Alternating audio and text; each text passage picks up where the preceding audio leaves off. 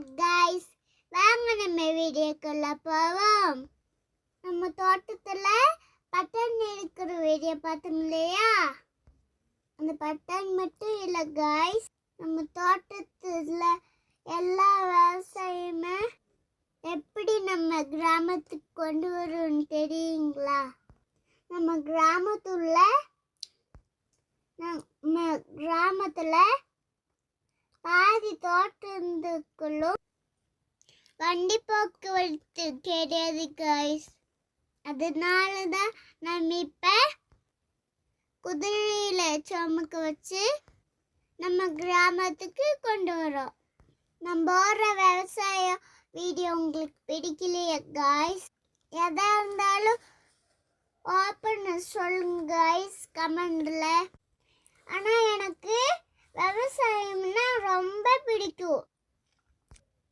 நான் போடுற வீடியோவும் என்னையும் இந்த வீடியோவும் உங்களுக்கு